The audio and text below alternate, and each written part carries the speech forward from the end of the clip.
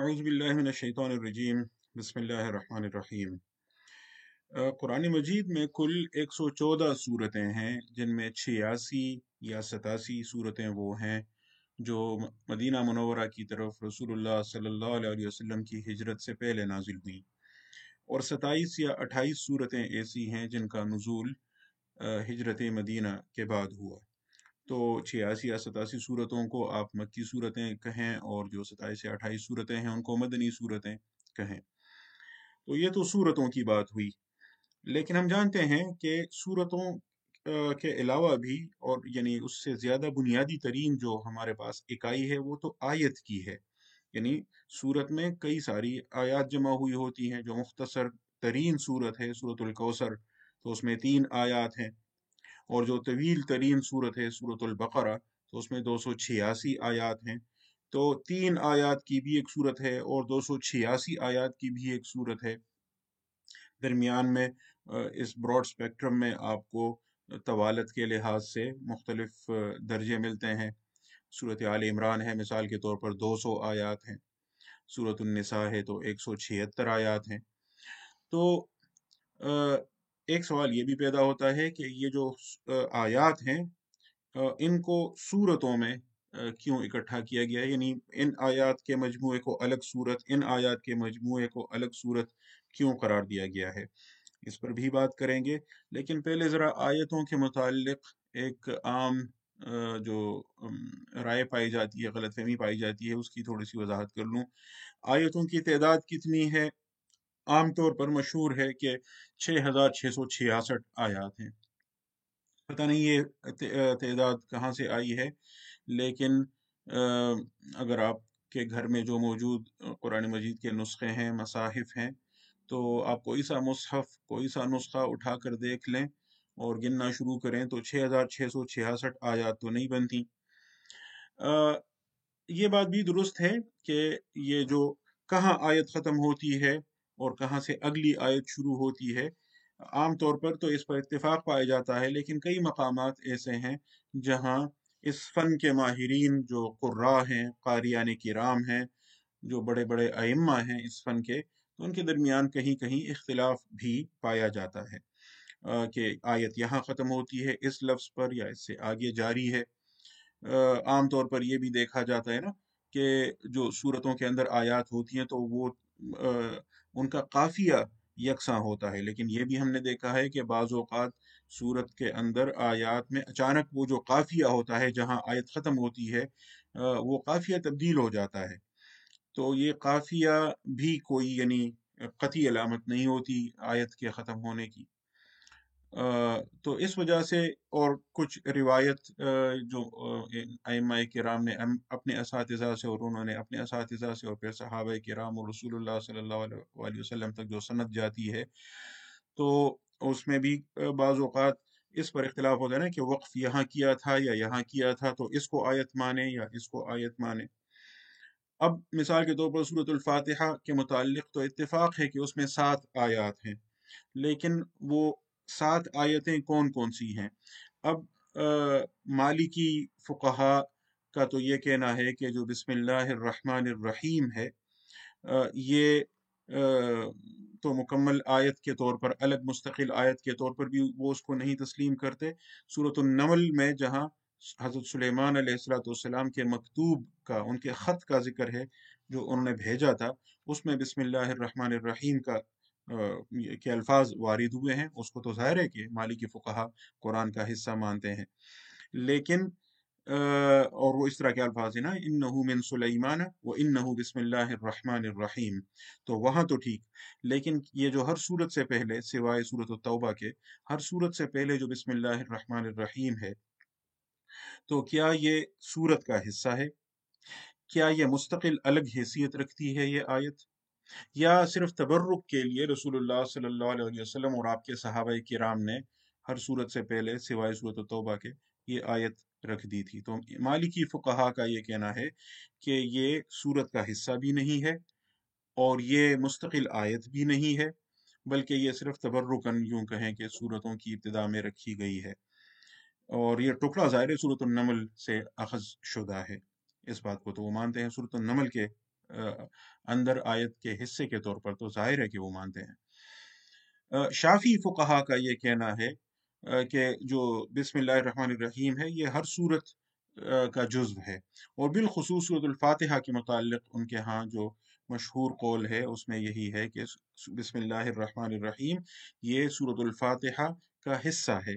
तो गोया उनके नज़दीक बिस्मिल्लाहिर्रहमानिर्रहीम पहली आयत हुई, अल्हम्दुलिल्लाहि रब्बिल आलमीन दूसरी आयत हुई, अर्रहमानिर्रहीम तीसरी आयत हुई, मालिक यौमिद्दीन चौथी आयत हुई, इय्याका नअबुदु व इय्याका नस्तईन पांचवी आयत हुई, इहदिनस सिरातल मुस्तकीम छठी आयत हुई, सिरातल लज़ीना अनअमत अलैहिम गैरिल मग़दूबि अलैहिम वलद्दाल्लीन ये सातवीं आयत हुई शाफी फुकहा के नज़दीक।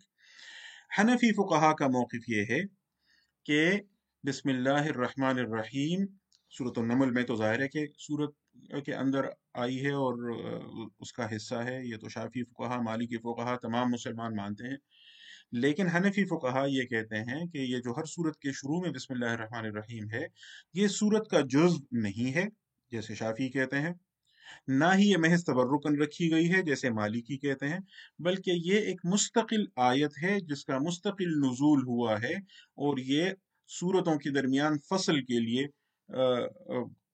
वो किरदार भी अदा करती है कि इससे हमें मालूम होता है यहाँ से नई सूरत शुरू हो जाती है। तो वो इसकी एक मुस्तकिल अलग हैसियत मानते हैं। इसका असर बाज़ फ़िक़ही अहकाम पर भी पड़ा है। मिसाल के तौर पर जिन रकअतों में नमाज में सूरत की जहरी तिलावत होती है सूरतुल फातिहा की और उसके साथ किसी सूरत की, इमाम क़िरात बाआवाज़ बुलंद करता है, तो क्या वहाँ बिस्मिल्लाहिर्रहमानिर्रहीम पढ़ना चाहिए या नहीं पढ़ना चाहिए, पढ़ना चाहिए तो सिर्रन पढ़ना चाहिए या जहरन पढ़ना चाहिए। तो शाफी फुकहा चूंकि इसको फातिहा की आयत के तौर पर मानते हैं, तो उनका मौक़िफ़ ये है कि बिस्मिल्लाहिर्रहमानिर्रहीम की तिलावत भी बआवाज़ बुलंद होनी चाहिए अल्हम्दुलिल्लाहि रब्बिल आलमीन की तरह। जबकि हनफी फुकहा ये कहते हैं कि बिस्मिल्लाहिर्रहमानिर्रहीम की तिलावत सिर्रन हो और अल्हम्दुलिल्लाहि रब्बिल आलमीन से फिर जहरी तिलावत शुरू हो। असल में बाज़ अहादीस में ये आया है सहाबा किराम से जो रिवायत हुई हैं मुख्तलिफ़ चीज़ें, तो उनमें बाज़ में अल्हम्दुलिल्लाहि रब्बिल आलमीन से तिलावत के शुरू होने का ज़िक्र है, बाज़ में बिस्मिल्लाहिर्रहमानिर्रहीम से शुरू होने का ज़िक्र है। मालिकी फ़ुक़हा इससे इस्तिदलाल करते हैं, शाफ़ी फ़ुक़हा उससे इस्तिदलाल करते हैं। हनफ़ी फ़ुक़हा ये कहते हैं कि दोनों पर अमल इस तरह मुमकिन है, दोनों को यूँ समझा जा सकता है कि जिन्होंने ये कहा कि बिस्मिल्लाहिर्रहमानिर्रहीम से तिलावत शुरू की उनकी बात दुरुस्त है, लेकिन जिन्होंने ये कहा कि अल्हम्दुलिल्लाहि रब्बिल आलमीन से शुरू की तो उनकी बात भी दुरुस्त है इस मफ़हूम में कि अल्हम्दुलिल्लाहि रब्बिल आलमीन से जहरी तिलावत शुरू हुई और जो बिस्मिल्लाह थी वो सिर्रन पढ़ी गई थी। तो इस तरह दोनों रिवायात की तौजीह हो जाती है। बहरहाल अगर हनफी फुक़हा के ज़ाविये से देखें कि सूरतुल फातिहा की जो 7 आयतें हैं वो कौन सी हैं, तो वो कहते हैं अल्हम्दुलिल्लाहि रब्बिल आलमीन पहली आयत है ना कि दूसरी, अर्रहमानिर्रहीम दूसरी आयत है, मालिक यौमिद्दीन तीसरी आयत है, इय्याका नअबुदु व इय्याका नस्तईन चौथी आयत है, इहदिनस सिरातल मुस्तकीम पांचवी आयत है, सिरातल लज़ीना अनअमत अलैहिम यहाँ वो कहते हैं छठी आयत है, गैरिल मग़दूबि अलैहिम वलद्दाल्लीन यहाँ वो कहते हैं सातवीं आयत हो गई। तो वो जो आखिरी आयत शाफियों के नज़दीक थी, हनफियों के नज़दीक वो 2 आयतें हैं। अनअमत अलैहिम पर वो कहते हैं कि छठी आयत यहाँ है, और फिर गैरिल मग़दूबि अलैहिम वलद्दाल्लीन पर सातवीं आयत का इख्तिताम हो जाता है। आप अपने घर के अंदर अगर आप अपने मसाहिफ में देखें, कुरान करीम के नुस्खों में देखें, तो बाज़ औक़ात आपको आयत के अंदर एक अलामत नज़र आती है जो उर्दू या हिंदी के जो हिंद से होते हैं 5 उसकी तरह। वो जो 5 लिखा गया होता है, वो असल में इस बात की अलामत होती है कि बाज़ क़ुर्रा के नज़दीक, बाज़ क़िरात के अइम्मा के नज़दीक यहाँ आयत है और बाज़ के नज़दीक नहीं है। तो और वो जो गोल अलामत होती है, तो यूँ कहें कि उस पर उमूमन एक इत्तेफ़ाक पाया जाता है कि यहाँ तो आयत है। तो इस तरह यूँ कहें कि आयात की तादाद में क़िरात के अइम्मा के नज़दीक थोड़ा इख्तिलाफ़ पाया जाता है। ये याद रखिए कि ये सिर्फ तादाद पर इख्तिलाफ है कि, और वो इस बिना पर है कि आयत यहाँ ख़त्म होती है यहाँ ख़त्म होती है, यानी मतन पर उस तरह का इख्तिलाफ नहीं है। इससे ये गलतफहमी नहीं होनी चाहिए। बहरहाल ये जो हमारे यहाँ राइज नुस्खे हैं कुरान करीम के, तो इनमें आयत की तादाद के मुतालिक हमारे एक उस्ताद मोहतरम ने हमें ये फार्मूला बताया था कि आयत की तादाद है 6236, और उन्होंने याद रखने के लिए हमें फार्मूला ये बताया था कि 6 शुरू में, 6 आखिर में, दरमियान में 23। 23 साल में कुरान का नुज़ूल हुआ है, तो वो कहते हैं कि ये इस तरह आपको याद रहेगा कि 6 दरमियान में 23 और फिर 6, तो ये बनती हैं 6236। तो 6236 आयात हैं जो आमतौर पर हमारे यहाँ मसाहिफ राइज हैं उनमें। अच्छा, अब आयात से आगे बढ़ते हैं सूरतों की तरफ। बुनियादी तरीन यूनिट तो आयत है। फिर आयात के मजमुओं को हमने जैसे अभी जिक्र किया, 114 मजमुए उनके बनाए गए हैं। एक छोटी से छोटी सूरत जो है वो 3 आयात पर मबनी है, सूरतुल कौसर। तवील तरीन सूरत सूरतुल बकरा, वो 286 आयात पर मबनी है। तो ये सूरतों की जो तकसीम है ये क्यों की गई है, इस पर गौर की ज़रूरत है। लेकिन यहाँ हम एक और तकसीम की तरफ जाते हैं कि जो सहाबाए किराम से, मुख्तलिफ सहाबाए किराम से रिवायत है कि कुरान करीम की तिलावत वो किस तरह करते थे। वो उन्होंने कुरान की तकसीम इस तरह की थी, सूरतुल फातिहा से सूरतुन नास तक ये जो 114 सूरतें हैं इस तरतीब में हैं, तरतीब पर कोई इख्तिलाफ नहीं। और ये कि अब इन आयात की तिलावत हम किस तरह करें कि एक हफ्ते में कुरान करीम पूरे मुसहफ की तिलावत हो जाए, तो वो उसको उन्होंने 7 हिस्सों में तकसीम किया था। उनको आजकल हम मंजिलें कहते हैं, या अरब दुनिया में उनको अहज़ाब कहा जाता है, हिज़्ब की जमा। तो ये जो 7 मंजिलें हैं या 7 हिज़्ब हैं, तो इसकी तकसीम उन्होंने यूं की थी कि सूरतुल फातिहा से पहली मंजिल शुरू होती है सूरतुल माइदा के इख्तिताम तक, सूरतुल निसा के इख्तिताम तक। सूरतुल फातिहा से शुरू होती है सूरतुल निसा के इख्तिताम तक। फिर सूरतुल माइदा से शुरू होती है सूरतुल तौबा के इख्तिताम तक। फिर सूरत यूनुस से शुरू होती है सूरतुल फुरकान के इख्तिताम तक। फिर सूरत शुआरा से शुरू होती है सूरत यासीन के इख्तिताम तक। फिर सूरत वस्साफ़ात से शुरू होती है, ये वस्साफ़ात से शुरू होती है। और ये जो सूरत काफ से आखिरी जो मंजिल है वो शुरू होती है। तो सूरत काफ से जो पहले आखिरी मदनी सूरत है उस पर इसका इख्तिताम होता है, ये जो छठी मंजिल है। इस तरह ये जो सूरतुल हुजुरात पे गोया इसके छठी मंजिल का इख्तिताम सूरतुल हुजुरात पे हो जाता है। और सूरत काफ से फिर आखिरी सूरत सूरतुन नास तक ये 7वीं मंजिल है। तो इसको उन्होंने बाज़ अहले इल्म ने याद रखने के लिए इसका एक फार्मूला बनाया है, फमी बेशौक, फे, मीम, ये, शीन, वाव, काफ। फमी बेशौक, फे से फातिहा, मीम से मायदा, तो यहाँ से दूसरी मंजिल शुरू होती है। ये से यूनुस, यहाँ से तीसरी मंजिल शुरू हो जाती है। बे से बनी इसराइल, यहाँ से चौथी मंजिल शुरू हो जाती है। शीन से शुआरा, यहाँ से 5वीं मंजिल शुरू हो जाती है। वाव से वस्साफ़ात, यहाँ से छठी मंजिल शुरू हो जाती है। और काफ से सूरत काफ, यहाँ से आखिरी 7वीं मंजिल शुरू हो जाती है। मिक़दार के लिहाज से ये तकरीबन बराबर टुकड़े हैं, थोड़ी बहुत कमी बेशी है लेकिन तकरीबन बराबर 7 हिस्से बन जाते हैं कुरान करीम के। पहली मंजिल सूरत फातिहा से सूरत निसा तक। दूसरी मंजिल सूरत माइदा से सूरत तौबा तक। तीसरी मंजिल सूरत यूनुस से सूरत नहल तक। चौथी मंजिल सूरत बनी इसराइल से सूरत फुरकान तक। पांचवी मंजिल सूरत शुआरा से सूरत यासीन तक। छठी मंजिल सूरत वस्साफ़ात से सूरत हुजुरात तक। और आखिरी मंजिल सूरत काफ से सूरत नास तक।